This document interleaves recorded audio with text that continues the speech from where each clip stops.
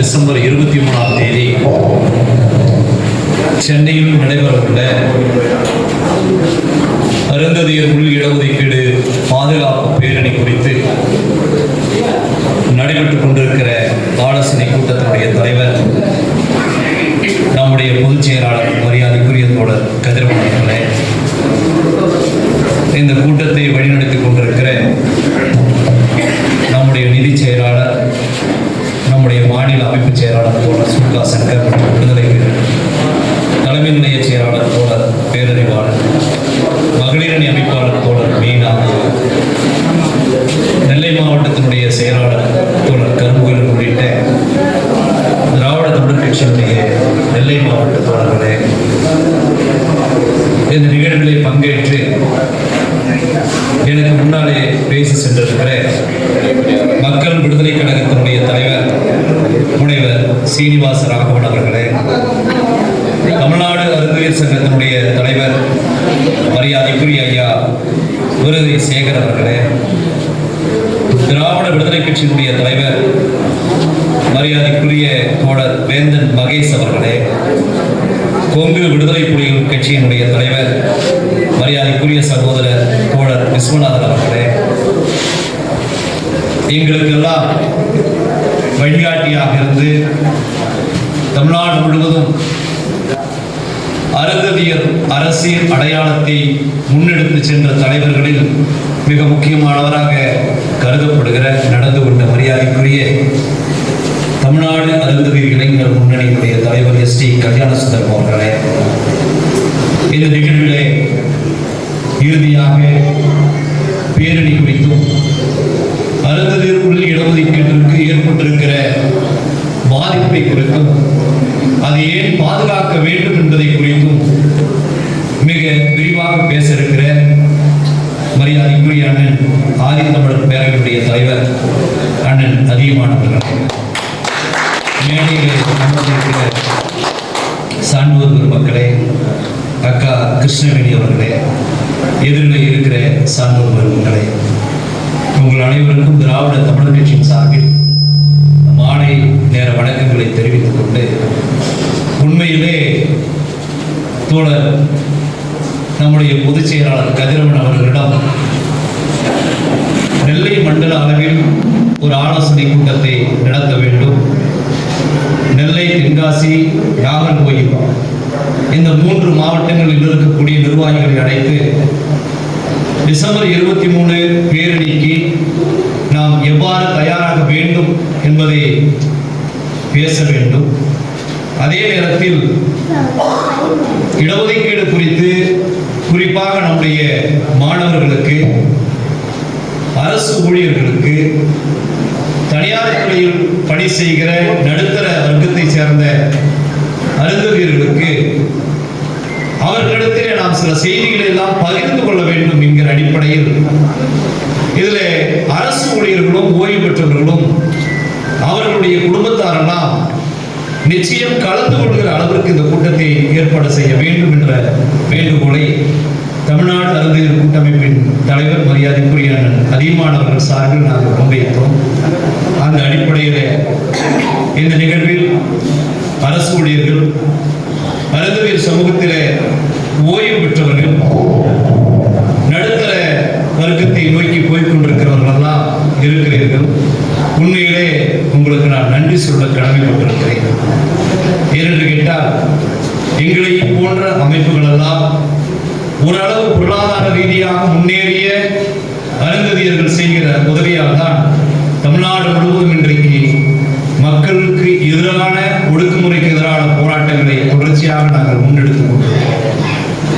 அந்த அடிப்படையில் இடஒதுக்கீடை பற்றி ஒரு சில செய்திகளை உங்களிடத்தில் பகிர்ந்து கொள்ள நாங்கள் விருப்பப்படுகிறோம். உண்மையிலே நான் மேடையிலே 2 தலைவர்கள் அமர்ந்திருக்கிறார்கள். குறிப்பாக அனைவரும் தலைவர்கள் தான். அனைவர்களுக்கும் இடஒதுக்கீட்டிற்கான போராட்ட வரலாற்றில் பங்கு இருக்கிறது. அதைவிட மிக சிறந்த சிறப்பான மேடையாக நான் பார்ப்பதற்கு அக்கா கிருஷ்ணவேணி அவர்களும் இந்த மேடைகளை அமர்ந்திருக்கிறார்கள். ஒரு சமூகம் முன்னேற வேண்டும் என்றால் கடந்த காலங்களில் இந்த சமூகத்தினுடைய வளர்ச்சியை எதை வைத்து அளவுகோல் செய்வது என்பதை புரட்சியாளர் அம்பேத்கர் அவர்கள் முன்வைத்திருக்கிறார்.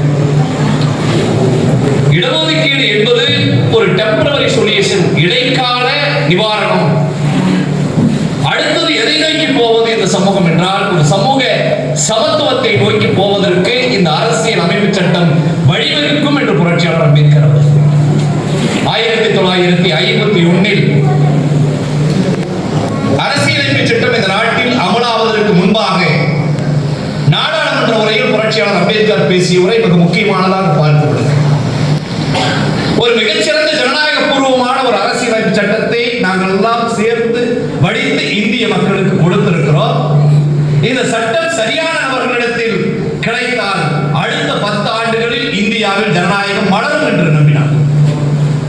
ஒருவேளை தவறான மனிதனிடத்தில் கிடைத்துவிட்டால் இந்த நாட்டை காப்பாற்ற யாராலும் முடியாது என்கிற செய்தியை நாடாளுமன்றத்தில் சட்டத்தை பற்றி பேசுகிற பொழுது அந்த நாடாளுமன்ற உரைகளை புரட்சியாளர் அம்பேத்கர் பேசிய பேச்சு மிக பிரசித்தி பெற்றது.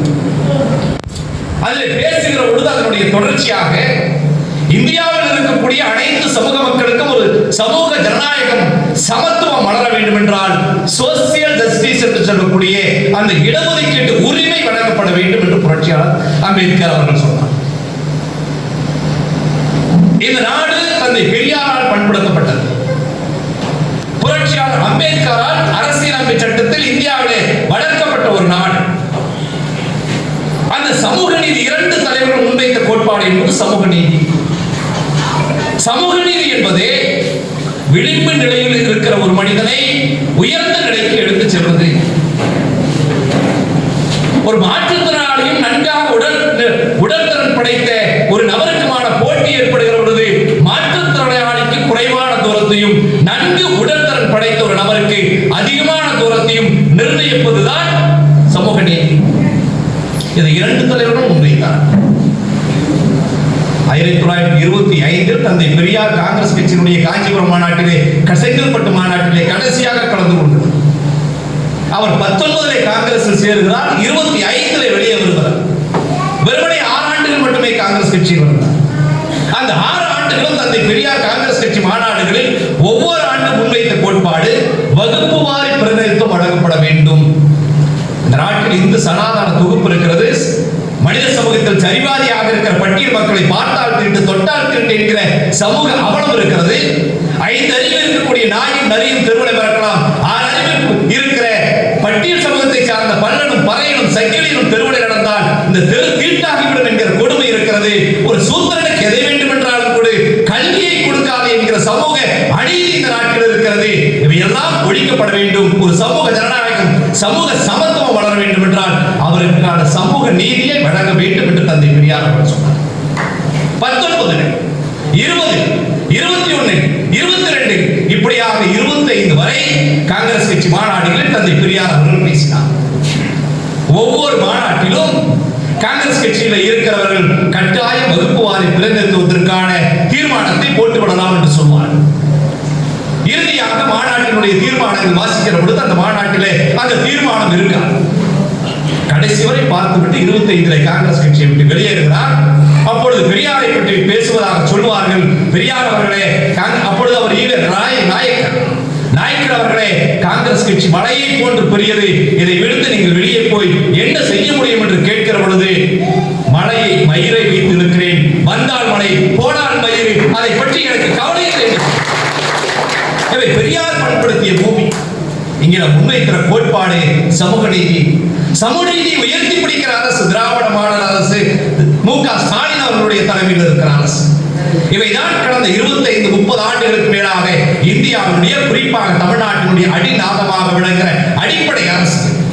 இந்த அரசியல் காரணமாக தான் நாம் உள்ளிடஒதுக்கீடு கேட்கிறோம். எதற்காக கேட்டோம்? 47 இந்திய சுதந்திரம் அடைந்தது. சுதந்திரம் அடைகிற வரை இந்தியாவில் இடஒதுக்கீட்டு உரிமை அங்கொன்றும் இங்கொன்றுமாக இருந்தது.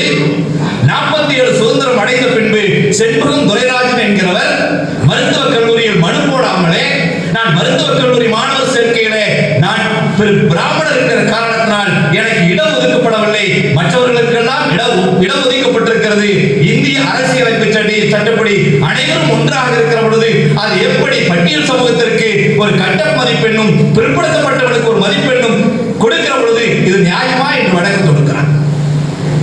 உண்மையிலேயே நீதித்துறை அன்றைக்கு நீதித்துறையாக இருந்திருந்தால் செண்பகம் துரைராஜன் யார்?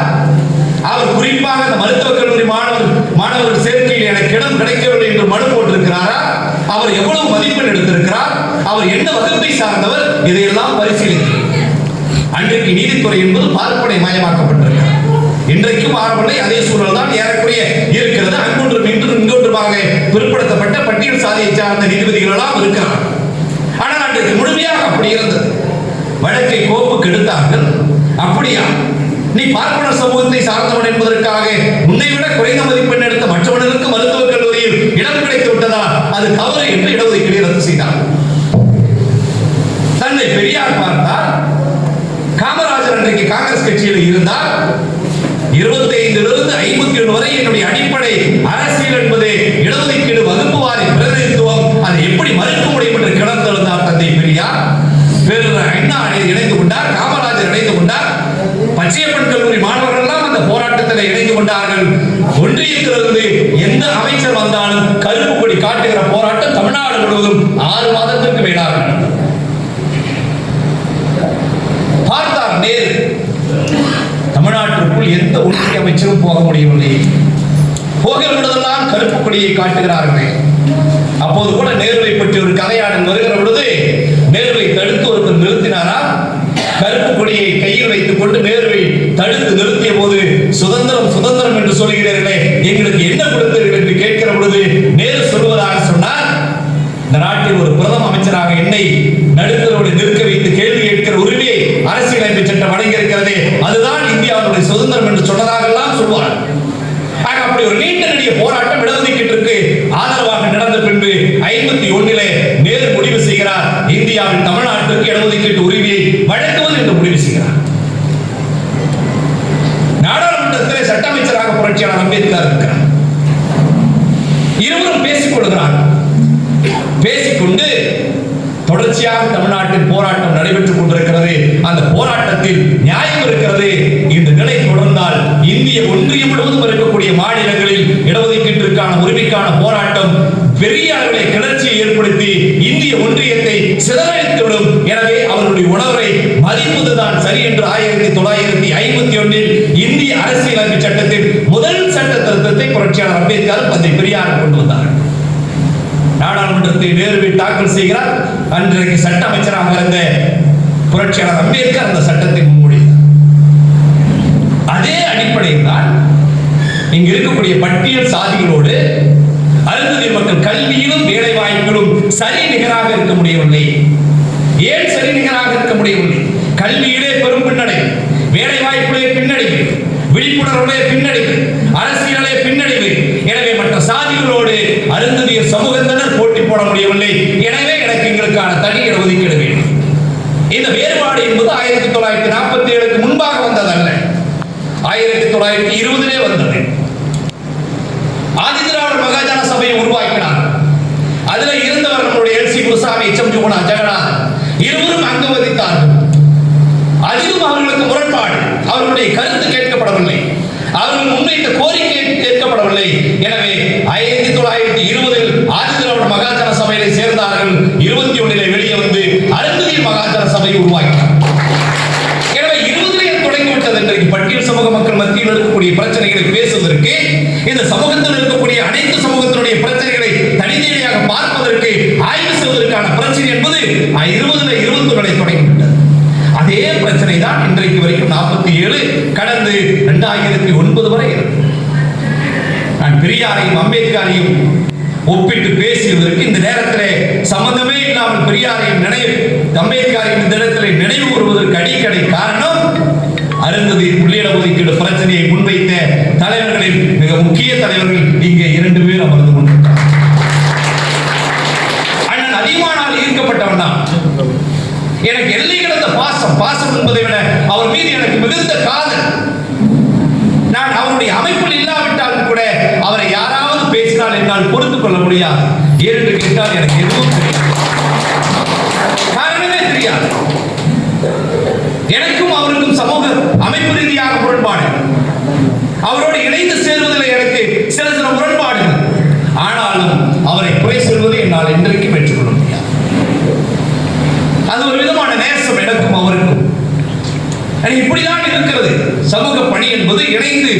வேலை செய்வது என்பது. எனவே தன்னுடைய வாழ்வில் ஒரு கோரிக்கையை முன்வைத்து அந்த கோரிக்கையை தன்னுடைய வாழ்விலேயே வெற்றி கண்ட முக்கிய தலைவர்கள் இந்த 2 தலைவர்கள் இருக்கிறார் என்பதை நேரத்தில் நாம் சொல்வதற்கு எந்த விதமான தயக்கம். பலரெல்லாம் இன்றைக்கு பேசிக் கொண்டிருக்கிறார்கள். இடஒதுக்கீடு நாங்கள் தான் வாங்கி கொடுத்தோம், இடஒதுக்கீடு எங்களுக்கு உரிமை இருக்கிறது. இடஒதுக்கீடு கோரிக்கை இன்றைக்கு நேற்றா உருவாக்கப்பட்டது.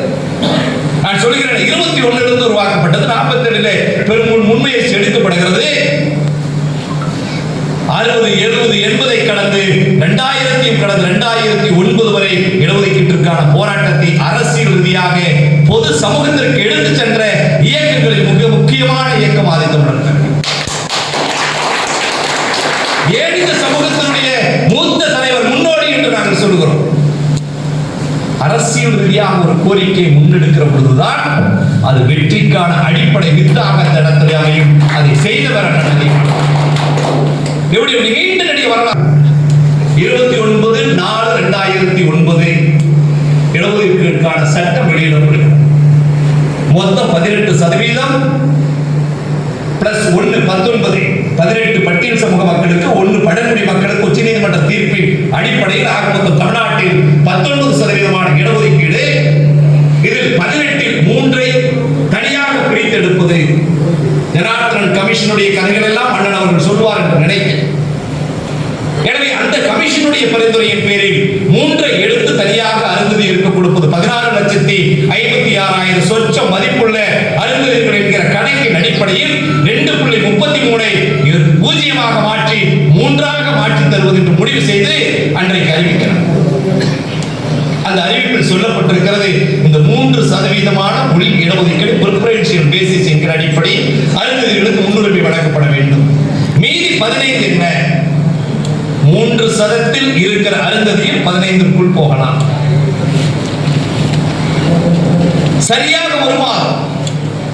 அந்த 1 மாதத்தில் திராவிட முன்னேற்ற கழகத்திற்கு என்ன நெருக்கடி என்று தெரியும். யார் கொடுத்த நெருக்கடி என்று தெரியவில்லை. எதனால் மாற்றினார்கள் என்று தெரியவில்லை. 31/5/2009 இன்னொரு அரசாணை பிறப்பிக்கப்படுகிறது. அரசாணை 61.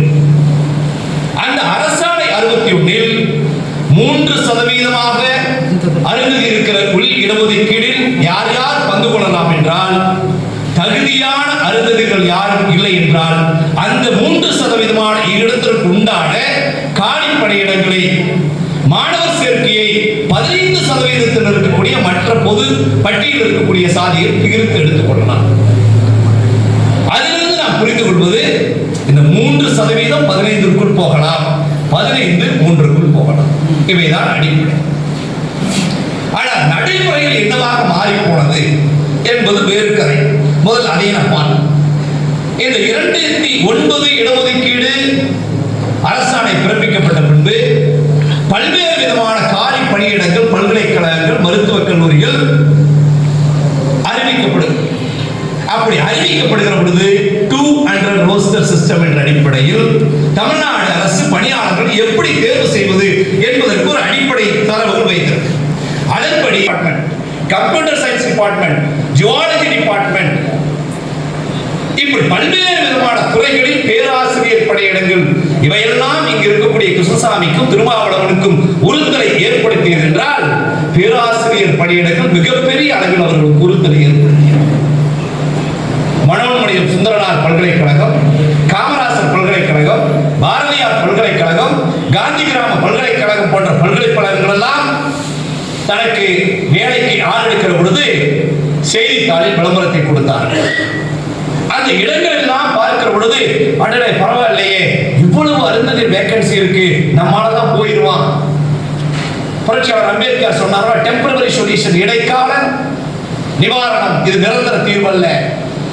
எனவே இந்த இடஒதுக்கீடு முறை அமல்படுத்தப்பட்டால் ஒரு 10 அல்லது 15 ஆண்டுகளுக்குள் படித்த அனைத்து அருந்ததிகளுக்கும் வேலை கிடைத்துவிடும் என்று நம்பினோம். 12 பேர் நோட்டிபிகேஷன் மதுரை காமராஜர், 12 பேர் போயிருப்பான்னு நாங்களும் நினைச்சோம். தகவல் ஒரு உரிமை சட்டத்தில் மனு போட்டு பார்க்கிற பொழுது 12 பேரில் 10 பேர் அருந்ததியில் அல்லாதவர் அந்த பணியில சேர்ந்திருக்கிறார். 2 பேர் மட்டுமே அருந்ததியர். ஒரு சந்தேகம், அருந்ததியர்களுக்காக ஒதுக்கப்பட்ட பணியிடங்களில் எப்படி அருந்ததியர்கள் அல்லாதோர் போயிருக்கிறார்கள் என்றால் தகுதி வாய்ந்த அருந்ததியர்கள் அந்த போட்டியில் இல்லை. விண்ணப்பம் போட்டிருக்கிறார்கள், நேர்முக தேர்வுக்கு சென்றிருக்கிறார்கள், நேர்முக தேர்விலே கலந்து கொண்டிருக்கிறார்கள், கேட்ட கேள்விகளுக்கு சரியாக பதில் சொல்லி இருக்கிறார்கள். ஆனாலும் அவர்கள் இவர்களுக்கெல்லாம் தகுதி இல்லை என்று சொல்லி செலக்ஷன் கமிட்டி நேர்முக தேர்வு செய்கிற நபர்கள் முடிவு செய்கிறார்கள். எனவே அந்த நபர்களுக்கு தகுதி இல்லப்பா, அவனை எப்படி சேர்க்க முடியும்? What is the definition of qualified? தெரியாது. அவர் நிற்கிறது எனக்கு பிடிக்கல, உட்கார்ந்து பிடிக்கல, பதில் சொல்ல விதம் பிடிக்கல, எனவே அவருக்கு தகுதி இல்லை என்று எழுதி போலாம். அதுக்கு விளக்கம் சொல்ல வேண்டிய அவசியம். பல்கலைக்கழகம் போன்ற இடங்கள் எல்லாம் சிண்டிகேட் சபை, அந்த சிண்டிகேட் தான் நேர்முக தேர்வு யார் யார் தேர்வுகளை உட்கார்வார்கள் என்பதை முடிச்சு. பிசி இருப்பா, எம்பிசி இருப்பாங்க, பொதுப்பட்டியலுக்கு இருப்பாங்க, எஸ்சிக்கு இருப்பாங்க.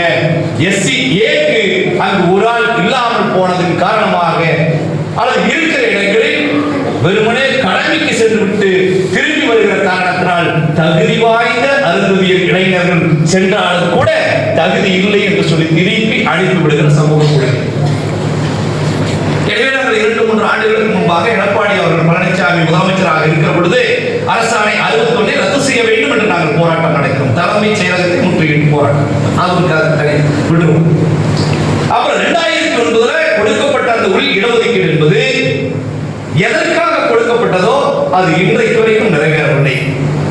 அதற்குள் வழக்குகள் பல மாநிலங்களில் ஏற்கனவே வழக்கு பதிவு செய்யப்பட்டிருந்தது. ஆந்திரா, பஞ்சாப், ஹரியானா போன்ற இடங்கள் எல்லாம் வழக்கு பதிவு செய்யப்பட்டிருந்தது.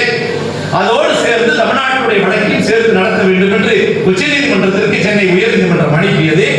அந்த 1/8/2024 உச்சநீதிமன்றம் நம்முடைய தோழர் சொன்னார்களா, பூனா ஒப்பந்தத்திற்கு மிகப்பெரிய வரலாற்று சிறப்பு மிக்க ஒரு தீர்ப்பை இந்திய உச்சநீதிமன்றம் வழங்கியிருந்தால் அது அருந்ததியர் உள் இடஒதுக்கீடு தீர்ப்பு தான் என்ற அடிப்படையில் சொன்னார்களா. அந்த தீர்ப்பை 1/8/2024 உச்சநீதிமன்றம் வழங்கியது. இன்றைக்கு வழங்கிய உச்சநீதிமன்ற நீதிபதி நேற்றுடன் அவர் வெளியே சென்று விட்டார். புதிய நீதிபதி உச்சநீதிமன்றத்திலே இன்றைக்கு பதவியேற்றிருக்கிறார். அந்த தீர்ப்பினுடைய சாராம்சம் என்பது பட்டியலில் இருக்கக்கூடிய சாதிகள் எல்லாம் ஒன்றல்ல, வேறு வேறு பண்புடையது, ஹெட்ரோஜெனியஸ். எனவே இவர்கள் எல்லாம் ஒரு மாதிரியாக நாம் பார்த்துக் கொள்ள முடியாது. ஹோமோஜீனியஸ் கிடையாது, ஹெட்ரோஜீனியஸ். தனித்தனி வகைப்பாடு தன்மை கொண்டவை, தனித்தனி கலாச்சாரம் கொண்டவை, தனித்தனி வாழ்விடங்கள் கொண்டவை. எனவே இவர்களை தனித்தனியாக தான் பார்க்க வேண்டும். அந்த அளவுகோடு கொண்டுதான் சமூகத்தில் இவர் சமத்துவமாக மாற வேண்டும் என்றால், உயர்ந்த நிலையை எட்டி பிடிக்க வேண்டும் என்றால் உள் இடஒதுக்கீடு அவசியம் என்கிற தீர்ப்பை உச்சநீதிமன்றம் வழங்கியது. எப்போது வழங்குகிறது? 1/8/2024. 3 நாட்கள் இடஒதுக்கீடு பற்றியான எந்த விதமான சந்தேகமும் பிரச்சனைகளும் தமிழ்நாட்டில் இல்லை. 4வது நாள் ரவிக்குமார் தன்னுடைய ட்விட்டர் பக்கத்தில் எழுதுகிறார். விசிகாவுடைய நாடாளுமன்ற உறுப்பினர் ரவிக்குமார், பறையர்கள் 1 கோடி பேர் தமிழ் ஆதி திராவிடர்கள் 1 கோடி பேர் தமிழ்நாட்டில் இருக்கிறார்கள். நாங்கள் இடஒதுக்கீடு கேட்டால் தமிழ்நாடு அரசு தருமா? ஒரு கேள்விக்குறியோடு ஒரு பதில் போடுகிறார். மாநில அரசிற்கு அதிகாரம் இல்லையே, எப்படி கொடுக்க முடியும்? ஆர்டிகல் 16 and 15 இரண்டின் படி அதிகாரம் இல்லையே, எப்படி கொடுக்க முடியும் என்ற கேள்வியோடு அந்த ட்விட்டர் பக்கத்தை கேள்விக்குறியோடு முடிக்கிறார். இயல்பாக எங்களை போன்ற சமூகம் சார்ந்து செயல்படுகிறவர்களுக்கு, முன்னணி ஊழியர்களுக்கு ஒரு சந்தேகம். தந்தை பெரியாருடைய பார்வையில் இந்த சமூகத்தை நாங்கள் பார்க்கிறோம். பார்ப்பனர்கள் மக்கள் தொகையில் எவ்வளவு பேர் இருக்கிறார்களோ அவர்களுக்கும் சேர்ந்து இடஒதுக்கீடு கொடுங்கள் என்று கேட்கிற தலைவர்கள் மேடையில் இருக்கிறார்கள். எனவே இடஒதுக்கீடுக்கு இன்றைக்கும் நாம் எதிராக இல்லை. நேற்றைக்கு வரைக்கும் தனி இடஒதுக்கீடு கேட்காத ஆதி திராவிடர் திடீரென நாங்கள் 1 கோடி பேர் இருக்கிறோம் வச்சுக்கலாமா சேலஞ்சு மிரட்டுறாங்க, இடஒதுக்கீடு கேட்கிறார். எப்போது ஆதி திராவிட சமூகத்தை சார்ந்தவர்கள் கேட்டார்கள் இடஒதுக்கீடு? எங்களுக்கு தெரிந்தவரை அப்படி இல்லை. எனவே திடீரென இப்படி ஒரு முழக்கம் ஏன் வருகிறது? 2 நாள் கழித்து திருமாவளவன் அவர்களுடைய அறிக்கை, தலித்துகள் மத்தியில் பெரிய பிளவுகளை ஏற்படுத்துகிறோம். ஏற்கனவே பிளவுபட்டுதான் இருக்கிறது என்பது பல சான்றுகள் இருக்கிறது. அருந்ததியர் வெர்சஸ் பறையர், பறையர் வெர்சஸ் பல்லர், இப்படி பல மோதல்கள், ஆணவ கொலையிலிருந்து தனிப்பட்ட குண்டாஸ் மோதல் வரை தமிழ்நாடு முழுவதும் பல சம்பவங்கள் அதற்கு எடுத்துக்காட்டும். எனவே ஏற்கனவே இல்லாத ஒன்றை நாங்கள் எல்லாம் ஒன்றாக இருக்கிறோம் என்று பொய்யான ஒரு விஷயத்தை சொல்லி இது எங்களுக்குள் பிளவுகளை ஏற்படுத்திவிடும் என்று திருமாவளவன் அறிக்கை கொடுப்பதோடு மட்டுமில்லாமல் இந்திய அளவிலான அதற்கு ஒரு நெட்வொர்க், ஒரு சங்கிலி தொடர்பை ஏற்படுத்துகிறார். இடஒதுக்கீடை வேண்டாம் என்று சொல்லுகிற திருமாவளவன் அருந்ததியர் உள்ள இடஒதுக்கீடை தமிழ்நாட்டில் ஆதரிக்கிறேன், ஆனால் உச்சநீதிமன்றத்தினுடைய தீர்ப்பை எதிர்க்கிறேன். ஒரு வினோதமான தீர்ப்பு பார்வை. இயல்பா எங்களுக்கு சந்தேகம் வந்தது. இங்க இருக்கக்கூடிய பெரியவர்கள்லாம் கோவிச்சுக்க கூடாது, ஒரு 10 நிமிஷம் டைம் கூட எடுத்துக்கிறேன். கடந்த 20-30 ஆண்டுகளுக்கு மேலாக அருந்ததியர் உள்ள இடஒதுக்கீடு வரலாறு இருக்கு. எங்காவது ஒரு இடத்தில் அருந்ததியர் உள்ள இடஒதுக்கீட்டிற்காக விடுதலை சிறுத்தைகள் கட்சி பேசி இருக்குமா? பல்வேறு தரப்பு மக்களுக்காக இயக்கம் நடத்தி இருக்கிறார்கள், நாங்கள் பாராட்டுகிறோம். அவர்களோடு நாம் இணைந்து நின்றிருக்கிறோம். ஆனால் என்றாவது ஒரு நாள் அருந்ததியர் உள்ள இடஒதுக்கீட்டிற்காக ஒரு பேரணியோ பொதுக்கூட்டமோ ஒரு ஆர்ப்பாட்டமோ நடத்தி இருக்கிறதா என்றால் இன்றைக்கு வரைக்கும் ஒரு இடம் கூட அதற்கான வாய்ப்பு இல்லை. மாறாக என்ன செய்தார்? மேடையில் இருக்கக்கூடிய தலைவர்கள் எல்லாம் உழைத்த காரணத்தினால் இடஒதுக்கீடு உரிமை கிடைத்தது. அன்றைக்கு திராவிட இயக்க சிந்தனை கொண்ட சமூக நீதி பார்வை கொண்ட முத்தமிழறிஞர் கலைஞர் முதலமைச்சராக இருந்தால் இடஒதுக்கீடு சாத்தியப்பட்டது. இடதுசாரி இயக்கங்கள் எல்லாம் நமக்கு துணை நின்றன. கலைஞர் கூப்பிட்டார் அவசரமா, நீங்க வாழும் பெரியார், எதுக்கு எனக்கு நீ வாழும் பெரியார் பட்டத்தை கொடுக்கிறேன்னா, இல்ல அருந்ததியருக்கு இடஒதுக்கீடு நீங்க கொடுத்தீங்கல்ல, அதற்காக தான் வாழும் பெரியார். போராடினவங்க எல்லாம் இங்க சத்தமே இல்லாம அமர்ந்து கொண்டிருக்கிறார்கள். ஓட்டு வங்கி அரசியலுக்காக அப்படி ஒரு பார்வை. இரண்டாவதாக உச்சநீதிமன்ற தீர்ப்பின்படி இல்ல மாநில அரசுக்கு அதிகாரம் இல்லை, நான் டெல்லிக்கு போறேன்னு சொல்லி போனார். உண்மையிலே திருமாவளவன் நியாயமானவராக இருந்தால், அவர் தலித் தலைவராக தன்னை நினைத்திருந்தால், ஒட்டுமொத்த தமிழக மக்களுக்கு சேவை செய்கிற நபராக விடுதலை சிறுத்தைகள் கட்சி இருக்கிறது, திருமாவளவன் இருக்கிறார் என்பது உண்மையாக இருந்திருந்தால் யாரிடத்தில் பேசியிருக்க வேண்டும்? அருந்ததியர் உள்ள இடஒதுக்கீடு கொடுத்தது தமிழ்நாடு அரசு, திராவிட முன்னேற்ற கழக அரசு. இன்றைக்கு முதலமைச்சர் ஆட்சியில் இருக்கிறார், அவரிடத்தில் பேசியிருக்கிறார். அருந்ததியர் சமூகத்தினுடைய தலைவர்கள் எல்லாம் அழைத்து பேசி இது இவ்வளவு பிரச்சனை இருக்கிறது, நாம் எப்படி ஏற்றுக்கொள்வது, நீங்கள் சொல்லுங்கள் என்று ஆலோசனை கேட்டிருக்கிறார். இடதுசாரி இயக்கத்தில் அருந்ததியர் உள்ள இடஒதுக்கீடை ஆதரித்ததே அவர்களிடத்தில் கேட்டிருக்கிறார். மாறாக யார்கிட்ட போய் கேட்கிறார் என்றால் சிராக் பாஸ்வான் இடத்தில் கேட்கிறார். சிராக் பாஸ்வான் யாரோட கூட்டணியில் இருக்கிறார்? இந்த நாடு என்றைக்கும் உருப்பட்டவே கூடாது என்கிற அரசியலை முன்வைத்திருக்கிற RSS சங்பரிவார அமைப்புகளோடு கூட்டு வைத்திருக்கிற நபர். மாயாவதியிடம் போயிருக்கிறார். அங்க இருக்கக்கூடிய இஸ்லாமிய இயக்கங்கள் போய் சென்றிருக்கிறார். ஏன் இங்க இருக்கிற ஸ்ரீ கல்யாண சுந்தரம், அண்ணன் அதியமான், இன்னும் நன்றாக சொல்வதென்றால் திருமாவளவன் யார் அருந்ததியர் தலைவர் என்று யாரை அங்கீகரிக்கிறாரோ அவரிடத்திலாவது பேசியிருக்கலாம் இல்லையா? பேச இது இடஒதுக்கீடு சம்பந்தமா அவர்கள் செய்தது. மக்கள் நல கூட்டணியின் ஒரு அமைப்பு இருக்கு. 25 சட்டமன்ற வேட்பாளர்களை விடுதலை சிறுத்தைகளுக்கு கொடுத்தார்கள். தலித் தலைவராக இருந்தால் என்ன செய்திருக்க வேண்டும்? பாரியா, நான் பெரிய கட்சி, நான் 15 சீட்டு வச்சுக்கிறேன், நீவா 2 வச்சுக்கோ, நீவா 5 வச்சுக்கோ, நம்ம 22% தமிழ்நாட்டில் மக்கள் தொகை நாம் இருக்கிறது, கிடைக்காத ஒரு வாய்ப்பு நமக்கு கிடைத்திருக்கிறது, நம்மளுடைய ஓட்டு வங்கியை நிரூபித்து காட்டலாம் என்று சொல்லி அனைவரும் அழைத்திருக்க வேண்டும். மாறாக அந்த 25 ஒரு அருந்ததியர் கூட சட்டமன்ற வேட்பாளர் இடம் கொடுக்கவில்லை. தோற்கிற தேர்தல் என்று தெரியும், தோத்து போகிற தேர்தலில் கூட உங்களுக்கு இடம் கொடுக்க மறுத்த கட்சி விடுதலை சிறுத்தைகள் கட்சி. அதற்கு பின்னால் 6 சட்டமன்ற உறுப்பினர்கள் திமுக தலைமையில் கொடுத்தார்கள், அதிலும் கடைசியாக இன்றைக்கு வரைக்கும் அந்த நிலை விசிக்காக இருக்கிறது. மாறாக ஐயோ நான் அப்படி பார்க்கலையே, நான் பார்ப்பேன், எல்லாருக்கும் ஒன்றுதானே. என் கோரிக்கை நான் உங்களிடத்தில் வைக்கிறேன். எனக்காக நீங்க பேச மாட்டீங்க, எனக்காக நீங்கள் போராட மாட்டீங்க, எனக்காக நாடாளுமன்றத்திலேயோ சட்டமன்றத்திலேயோ உங்களுடைய கட்சி பேசாது. ஆனால் நான்லாம் உங்களுக்காக பேசுகிறேன் என்று சொன்னால் யாரை ஏமாற்றுவதற்கு இந்த பணி? நாம் அடையாளம் காண வேண்டிய சூழல். இதை ஒட்டிதான் இந்த தீர்ப்புடைய ஒட்டி பல்வேறு விதமான தீர்ப்புகள் சொல்லப்பட்டு சப்கோட்டா துணைப்பட்டியல் உருவாக்க வேண்டும். சப் கேட்டகரைசேஷன் இந்த டிசம்பர் 23 பேர் என்னுடைய அடிப்படை நோக்கமே சப் கேட்டகரைசேஷனை இந்த கல்வியாண்டிலே செய்ய வேண்டும் என்பதற்காக. இதெல்லாம் இந்த நீதிமன்ற தீர்ப்பில் சொல்லப்பட்டிருக்கிற செய்தி. அதோடு சேர்த்து அருந்ததி உள்ளிட ஒதுக்கீடை ஆதரிக்கிறேன் என்று பேசுவது இன்னொரு புறம் தமிழ்நாடு மாநில அரசிற்கு அருந்ததி உள்ளிட ஒதுக்கீடு சம்பந்தமான சட்டத்தை இயற்றுவதற்கு அதிகாரம் இல்லை என்று சொல்வது. விவாதம் நடக்குது சமூக ஊடகங்களில். நான் அருந்ததி உள்ளிட ஒதுக்கீடை ஆதரிக்கிறேன், சீராய்வு மனுதான் போட்டிருக்கேன். சீராய்வு மனுடைய 3வது பத்தியில் பேராவை The no powers of state regarding to SC/ST Act 3வது பக்கத்தில் இருக்கு. மாநில அரசுக்கு அதிகாரம் இல்லாதனாலையால் இந்த சட்டத்தை செல்லாது என்று நீங்கள் பரிசீலிக்க வேண்டும்.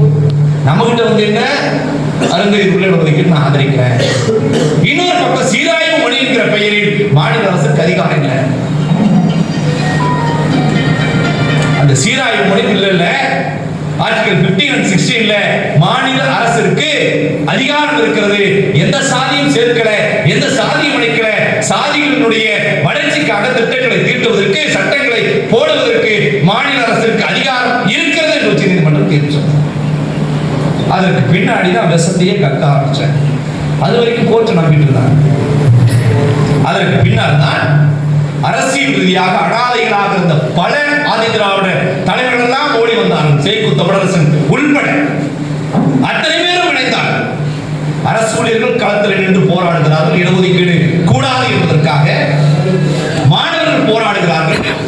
அறிவுத்தளத்தில் வேலை செய்கிற நபர்கள் பேசுகிறார்கள். பல்வேறு விதமான சமூக ஊடகங்களில் ஆண்மை விவாதங்கள் நடக்கிறது. அருந்ததி உள்ளிட ஒதுக்கீடு ஒரு அநீதி என்று பேசுகிறார்கள். ஆனால் நாம் ஒரு பக்கம் அமைதியாக, இன்னொரு புறம் மருத்துவர் கிருஷ்ணசாமி. உண்மையிலே நான் இந்த இடத்துல சொல்ல கடமைப்பட்டிருக்கிறேன். புதிய தமிழகத்தை கட்சியை சார்ந்த தொண்டர்களுக்கு ஒரு அண்டர் கிரவுண்ட் அசைன்மெண்ட். நம்முடைய வழக்கறிஞரோடு சொன்ன செய்தி அதிர்ச்சியாகுது. தென் மாவட்டங்களில் இருக்கக்கூடிய படித்த பட்டதாரி இளைஞர்களை கணக்கிடுங்கள். சரியாக 6 மாதம் கழித்து அவருடன் சண்டை சச்சரவுகளில் ஈடுபடுங்கள், அவர்களை தாக்குங்கள், அவர்கள் மீது வழக்கை பதிவு செய்யுங்கள். அப்படி ஒரு அசைன்மெண்ட் இருக்கு. சொல்லுகிறவர் நம்முடைய வழக்கறிஞர், அவருக்கு சொன்னவர் காவல்துறையினுடைய உயர் அதிகாரி. பட்டதாரி இளைஞர்கள் விழுந்தாதானே வேலை வாய்ப்பு உரிமை கேட்பீங்க. எனவே உங்கள் மீதெல்லாம் குற்ற நடவடிக்கையில் ஈடுபட்டால் யார் மனு போட முடியும், யார் தேர்வுக்கு செல்ல முடியும், யார் நோ, அதாவது எந்த விதமான குற்ற பின்னணியும் இல்லை என்று சொல்லி நோ அப்ஜெக்ஷன் சர்டிபிகேட் யார் வாங்க முடியும்? யாருமே வாங்க முடியாது என்ற அளவிற்கு ஒரு தனிப்பட்ட வகையிலான ஒரு அசைன்மெண்ட். இன்னொரு புறம் 2 நாட்களுக்கு முன்பாக வரை தொடர்ச்சியாக பொய்யான பிரச்சாரங்களை மேற்கொள்வது. ஜனார்தனன் கமிட்டியை ஒரு கொஸ்டின் ரைஸ் பண்றார். ஜனார்தனன் கமிட்டியில் சொல்லி இருக்கிறது, டிஎன்பிசி நான் கேட்டேன் எவ்வளவு பேர் பணியாளர் இருக்கிறாங்க, டிஆர்பி நான் கேட்டேன் எவ்வளவு பேர் பணியாளர் இருக்கிறாங்க, அவர்கள் போதிய தரவுகள் இல்லை என்று அந்த ஆணையத்தில் குறிக்கப்பட்டிருக்கிறது. எனவே போதிய தரவுகள் இல்லாத ஒரு ஆணையத்தின் பரிந்துரையின் பேரில் எப்படி அருந்ததிற்கு 3% உள் இடஒதுக்கீடு கொடுக்கலாம்? எனவே ஜனார்தனன் கமிஷன் ரிப்போர்ட்டை ரத்து செய்யுங்கள் பேசுறாங்க. நாம் ஒரு இடஒதுக்கீடு பாதுகாப்பு பத்தி பேசுறோம். இன்னொரு புறம் இடஒதுக்கீட்டுக்கு அடிப்படையாக இருந்த நீதியரசர் ஜனார்தனன் கமிட்டி அவருடைய அறிக்கையை தவறு, அதை ரத்து செய்ய வேண்டும் என்று பேசிக் கொண்டிருக்கிறார். பேசுவது நம்மை போல நாகரிகமான மொழியில் அல்ல. அவருடைய வார்த்தை, ஆளுநர் மாளிகை முற்றுகை போராட்டத்தை நடத்துகிற பொழுது ஒரு 5 கோரிக்கை முன்வைத்தார். அந்த 5 கோரிக்கையில் முதல் கோரிக்கை, ஆதிதிராவிடர், தேவேந்திரர் ஆகிய லட்சக்கணக்கான மக்களின் வேலை வாய்ப்புகளை அருந்ததியர்கள் பறிக்கிறார்கள். எனவே உள்ளிட ஒதுக்கீடு சட்டத்தை ரத்து செய்ய ஆளுநர் அலுவலக முற்றுகை போராட்டம் என்று அறிவித்தார். ஒரு உளவியல் ரீதியாக ஒரு பிளவு ஏற்படுகிறது. Psychological attack. ஒரு வேலை இல்லாத படித்த பட்டதாரி ஆதிவாசி சமூகத்தை சார்ந்தவர் ஒரு அருந்ததியர் பட்டதாரி இளைஞரை பார்க்கிற பொழுது என்ன மனநிலை? இவன் தான் என்னுடைய வேலை வாய்ப்பை பறிக்கிறான், இல்லைன்னா நான் போயிருப்பேன். சமூகம் பிளவுபடும் என்று சொல்லுகிற திருமாவும் கிருஷ்ணசாமியும் தான் இந்த சமூகத்தை இன்றைக்கு இரண்டாக பிளவுபடுத்தி வைத்திருக்கிறார்கள். இனிமேல் எப்போதும் சேர முடியாத அளவிற்கு மாற்றி இருக்கிறார்கள். இது தமிழ்நாட்டுக்கும் தமிழ்நாட்டு இளைஞர்களுக்கும் செய்திருக்கிற மிகப்பெரிய துரோகம். இரண்டு தலைவருக்கும் செய்த துரோகம். அவ்வளவு வன்மத்தை கிருஷ்ணசாமியும் திருமாவளவனும் ரவிக்குமார் எப்படியும் வடுக வந்தேரி. நாம் சொல்லுகிறோம், இந்த மண்ணுக்கும் எங்களுக்கும் தொடர்பு இருக்கிறது.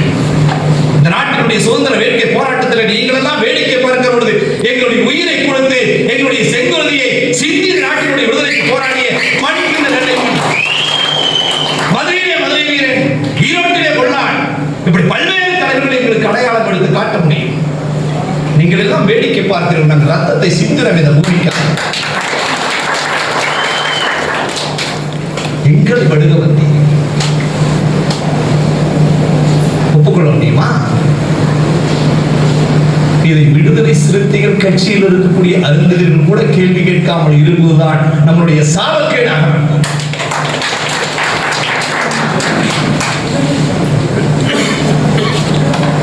தமிழ் தேசியம் தெலுங்கர்களெல்லாம் இந்த நாட்டை ஆட்சி செய்து கொண்டிருக்கிறார்கள்.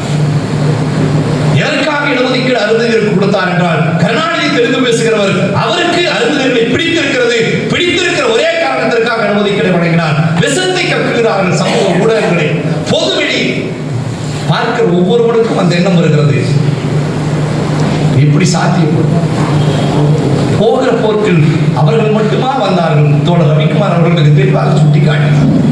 ஒருவன் வடுக வந்தேன் வெளியே என்று சொல்கிறான், இன்னொருவன் அவர்கள் மட்டுமா வந்தார்கள் என்று நம்ம இயல்பாக அந்த அட்டவணையில் சேர்த்துக் கொள்கிறார். எனவே எல்லாம் நமக்கு இருக்கக்கூடிய ஒரு ஆபத்தான சமூக சூழலாக நாங்கள் பார்க்கிற காரணத்தினால் இதெல்லாம் உங்களிடத்தில் பகிர்ந்து கொள்ள வேண்டும் என்பதற்காக இந்த கூட்டத்தை நாங்கள் நடத்துகிறோம். இறுதியாக நான் வருகிறேன். டிசம்பர் 23 பேரணி எதற்காக? ஒரு நாட்டில் மக்கள் கோரிக்கை வைக்கிறார்கள். அரசு சட்டத்தை ஏற்றிவிட்டது. அரசு சட்டத்தை எதிர்த்து நீதிமன்றம் சொல்கிறார்கள். நீதிமன்றம் அந்த சட்டத்தை உறுதி செய்து தீர்ப்பளித்து விட்டது. உண்மையிலே இந்த நாட்டின் சட்டத்தினுடைய ஆட்சி சுப்ரீம் ஆஃப் லா என்பது உண்மை என்றால் 1/8/2024 தீர்ப்பு வந்த அடுத்த நாள் 2/8/2024 அருந்ததி உள்ளீடு ஒதுக்கீடு சட்டம் இந்திய முழுவதும் சப் கேட்டகரைசேஷன் செய்திருக்க வேண்டும். தீர்ப்பு வந்து 3 மாதங்களாக செய்திருக்கிறார்கள் என்றால் இன்றைக்கு வரைக்கும் இல்லை. இதற்கும் ஒரு வரலாற்று பின்னணி இருக்கிறது. மொரார்ஜி தேசாய் காலத்திலிருந்து பிற்படுத்தப்பட்டோருக்கான இடஒதுக்கீடு கேட்டு போராடினார்கள். கடைசியாக மண்டல் கமிஷன் அடிப்படையில் ஒரு தீர்ப்பு 2009 அன்றைக்கு விபி சிங் பிரதம அமைச்சராக இருக்கிற பொழுது அறிக்கை கொடுத்தார். ஆனால் அந்த சட்டம் இயற்றப்பட்ட அந்த சட்டம் ஏறக்குறைய 5 ஆண்டுகள் கிடப்பில் போடப்பட்டது. 2001 சட்டம் கிடப்பில் போடப்பட்டு மீண்டும் மக்கள் எழுச்சிக்கான போராட்டம் நடந்த பின்புதான் பிற்படுத்தப்பட்டோருக்கான இடஒதுக்கீடு 27% ஒன்றிய பணிகளில் செல்லும் என்று சட்டம் நடைமுறைக்கு வந்தது. அதே பார்வையோடு தான் அருந்ததியருக்கான உள்ளீடு ஒதுக்கீடு சட்டத்தை நாம் பார்க்க வேண்டும். சப் கேட்டகரைசேஷன் என்பது நமக்கு முன்னால் இருக்கக்கூடிய மிகப்பெரிய சவால்.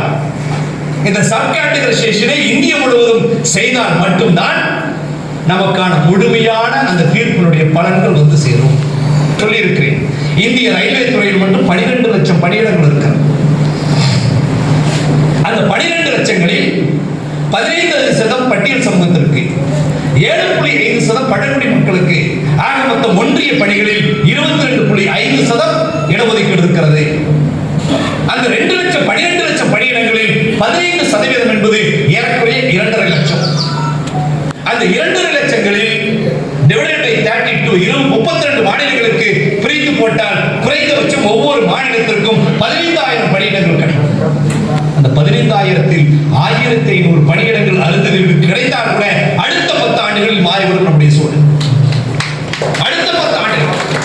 இது உதாரணத்துக்கு ரயில்வே துறை, இதே போன்று காப்பீட்டுத்துறை, அஞ்சல் துறை, வங்கித்துறை, இப்படி பல்வேறு இடங்களில் இருக்கக்கூடிய வேலை வாய்ப்புகளை, இனிவரும் காலங்களில் இருக்கக்கூடிய வேலை வாய்ப்புகளை வகைப்படுத்துதல் மூலம் நிரப்பினால் மட்டும்தான் இந்த உச்சநீதிமன்றத்தினுடைய தீர்ப்பு சரியாக மக்களிடத்தில் கொண்டு போய் சேர்க்க முடியும், நமக்கு முழுமையான பலனை அனுபவிக்க முடியும். இரண்டு கேட்டல் வகைப்படுத்துவதில் உயர்ந்தவர், உயர்வை நோக்கி போகிறவர், இன்னும் படிநிலையில இருக்கிறவர் என்று தமிழ்நாடு முழுவதும் பார்க்கிற பொழுது படிநிலையில் இருக்கக்கூடிய சமூகம் அருந்ததியர் சமூகம். நமக்காக மட்டும் பேசல, வகைப்படுத்தினால் குதிரை மன்னாருக்கு பலன் ஏற்படும் என்றால் அவருக்கும் இந்த இடஒதுக்கீடு கிடைக்கும். நாங்கள் மறுக்கிறோம். குதிரை மன்னாருக்கு கீழே வேறொரு சாதி இருந்தால் அந்த சாதிக்கும் வகைப்படுத்துவதன் மூலம் பலன் கிடைத்தால் அதுதான் உண்மையான சமூக நீதி. அதை தான் நாம் ஆதரிக்கிறோம், அதுவும் கிடைக்கும். எனவே வகைப்படுத்துதல் என்பது வேலை வாய்ப்புகளை நமக்கு எப்படி இந்திய ரயில்வே துறையிலிருந்து ராணுவம், இஸ்ரோ, என்னுடைய கனவு, என்னுடைய பையன் இஸ்ரோவுக்கு போகணும், என் தங்கை இஸ்ரோவில் படிக்க வேண்டும், பெரிய விஞ்ஞானியாக மாற வேண்டும். அதற்கு இந்த வகைப்படுத்துதலின் அடிப்படையில் ஐஐடி, ஐஐஎம், நிம்மாஸ், எய்ம்ஸ் போன்ற அனைத்து மருத்துவமனைகளும் 32 மத்திய பல்கலைக்கழகம் இருக்கிறது. ஏறக்குறைய 1156 கேந்திர வித்யாலய பள்ளிக்கூடங்கள் இருக்கிறது. இவையெல்லாம் மாணவர் சேர்க்கை எப்படி என்னால் சேர்க்க முடியும் என்றால் வகைப்படுத்துதல் முறை ஏற்படுத்தினால் மட்டும்தான் எனக்கான வாய்ப்புகள் கல்வி நிலையங்களில் கிடைக்கும், வேலை வாய்ப்புகளிலும் கிடைக்கும். இதோ அருந்ததி என்பதற்காக இந்த கோரிக்கை நான் பேசவில்லை. The demand is social justice demand. இவைதான் இந்தியாவுடைய வேறு ஆத்மா. பெரியார், அம்பேத்கர் பண்படுத்தப்பட்ட இந்த மண் சோசியல் ஜஸ்டிஸ் என்கிற சமூக நீதியால் உருவாக்கப்பட்டது, கட்டமைக்கப்பட்டது. அந்த தேவை நிறைவேற வேண்டும் என்றால் இந்த வகைப்படுத்துதலை உடனடியாக ஒன்றிய அரசு செய்ய வேண்டும். எதிர்வருகிற கல்வி ஆண்டில் Indian institute of management, Indian institute of technology, central university of medical, central university of law college, central university of management, இப்படி 32க்கும் மேற்பட்ட பல்கலைக்கழகங்கள் இந்தியா முழுவதும் இருக்கிறது. அதில் அருந்ததியர், இளைஞர் உள்ளிட்ட விளிம்பு நிலையில் இருக்கிற அத்தனை மாணவர்களுக்கும் வாய்ப்பு கிடைக்க வேண்டும் என்றால் வகைப்படுத்துதல் என்பது முக்கியமாக இருக்க வேண்டும். எனவேதான் தீர்ப்பு வந்துவிட்டது. எதிர்ப்பவர்கள் ஏதோ தெருவில் பேசிவிட்டு போகட்டும், நாம் அமைதியாக இருந்து விடலாம் என்று நினைக்க கூடாது. வகைப்படுத்துதலை உடனடியாக இந்த அரசு செய்ய வேண்டும் என்றால் நாம் வகைப்படுத்துதலுக்கான போராட்டத்தை முன்னெடுக்க வேண்டும். அதற்கு தான் டிசம்பர் 23 ஏதோ தீர்ப்பு வந்துட்டது, அவராக செய்வார்கள். இந்திய சரித்திரத்தில் போராடாமல் ஒடுக்கப்பட்ட மக்களுக்கு எதுவும் கிடைத்ததில்லை. ஒருவேளை பார்ப்பனராக இருந்திருந்தால் முதல் நாள் தீர்மானம் போடுவார்கள், 2ஆம் நாள் நாடாளுமன்றத்தில் சட்டம் நிறைவேற்றப்படும், 3ஆவது நாள் இடபிள்யூஎஸ் பொருளாதாரத்தில் மிகவும் பின்தங்கிய பார்ப்பனர்களுக்கு 10% இடஒதுக்கீடு கிடைப்பதற்கு வாய்ப்பு இருக்கிறது. நாம் பார்ப்பனராக பிறந்திருந்தால் நாம் பஞ்சை பராரிகளாக இன்றைக்கு வரைக்கும் வாழ்ந்து கொண்டிருக்கிறோம். போராட்டம் தான் நமக்கு முடிவு. போராட்டம் தான் சட்ட உரிமையை கொடுக்கும். போராட்டம் தான் வாழ்ந்த உரிமையை கொடுக்கும். போராட்டம் தான் நம்மை உயிர்ப்போடு வைத்திருக்கும். அதற்கு தான் டிசம்பர் 23 பேரணி. இதை அரசுடைய மத்தியில், நடுத்தர அருந்ததி மத்தியில் பகிர்ந்து கொள்ள வேண்டும் என்பதற்கு தான் இந்த கூட்டங்களை நாம் நடத்தி கொண்டிருக்கிறோம். இதில் நியாயம் இருந்தால் எங்களோடு இணைந்து நிற்கும். விலகி நிற்பவர்களை பற்றி என்றைக்கும் நாம் கவலைப்படவில்லை. அவர்கள் மாறுவார்கள், நம்மோடு நாளை இல்லை நாளை மறுநாள் கூட வந்து சேர்வார்கள். எனவே அதை பற்றி நாம் கவலைப்பட வேண்டிய அவசியம் இல்லை. அது என்னுடைய அண்ணனாக இருந்தாலும் சரி, எதிர்களில் இருக்கிற துரோகியாக இருந்தாலும் சரி, நிச்சயமாக அவர் வருவார்.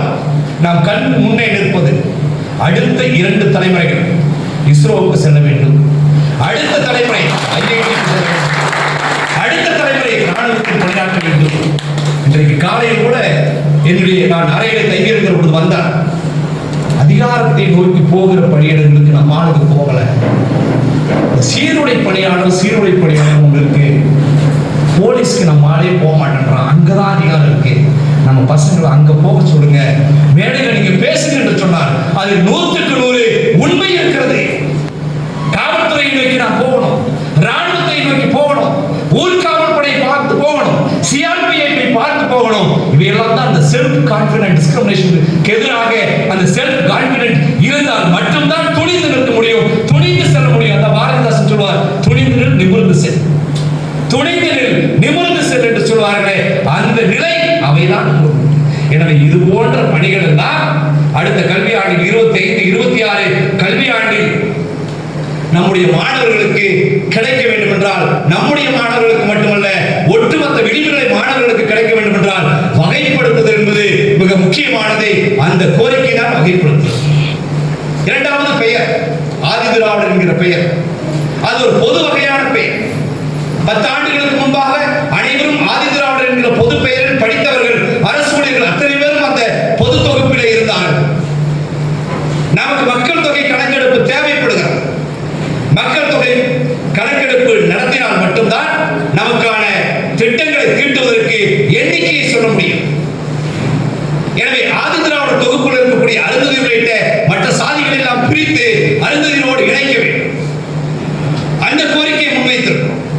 அரசியல் கோரிக்கை நாடாளுமன்றத்தில் இல்லை, சட்டமன்றத்தில் இல்லை, நீதித்துறையில் இல்லை, கல்வி உயரதிகாரிகளா இல்லை. இந்த இல்லை இல்லை என்று சொல்வதற்கு பதிலாக உள்ளது உள்ளது என்று சொல்வதற்கு ஒரே வழி வகைப்படுத்துதல், அரசின் அதிகார உரிமையை கைப்பற்றுவது. எனவே மேற்கு மாவட்டங்களில் அடர்த்தியாக உள்ள அருந்ததி மக்கள் வாழ்கிற பகுதியில் அருந்ததிகளுக்கு மட்டுமே வாய்ப்பு வழங்க வேண்டும். அது எந்த கட்சியாக இருந்தாலும் என்று பொதுவாக சொல்லவில்லை.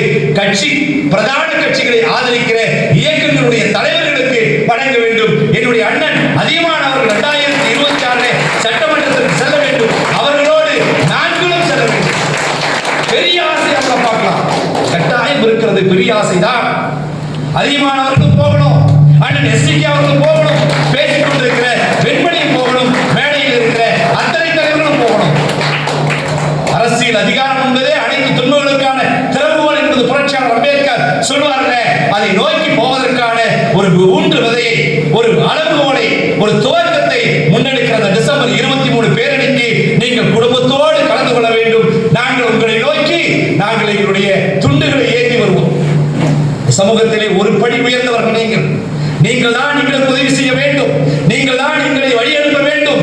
நீங்கள் தான் எங்களோடு வர வேண்டும். நீங்கள் தான் எங்களோட போராட்ட களத்திலே பின்னிற்க வேண்டும். உங்களுக்காக, உங்களை பாதுகாக்க முன்னணி சக்திகளாக நாங்கள் எப்போதும் உங்களுக்கு இருப்போம். அதை செய்வீர்கள் என்ற நம்பிக்கையோடு தான் இந்த கூட்டத்திற்கு உங்களை வரவழைத்தோம் என்று கூறி கூடுதலாக நேரம் எடுத்ததற்கு அண்ணன் அதிகமான அவர்களை என்னை மன்னித்து அருள வேண்டும் என்று கேட்டுக்கொண்டு இந்த வாய்ப்பை கொடுத்த தமிழ்நாடு அருந்ததி கூட்டமைப்பின் சார்பில் எனக்கு வாய்ப்பை கொடுத்த உங்கள் அனைவருக்கும் நன்றி கூறி விடைபெறுகிறேன். நன்றி.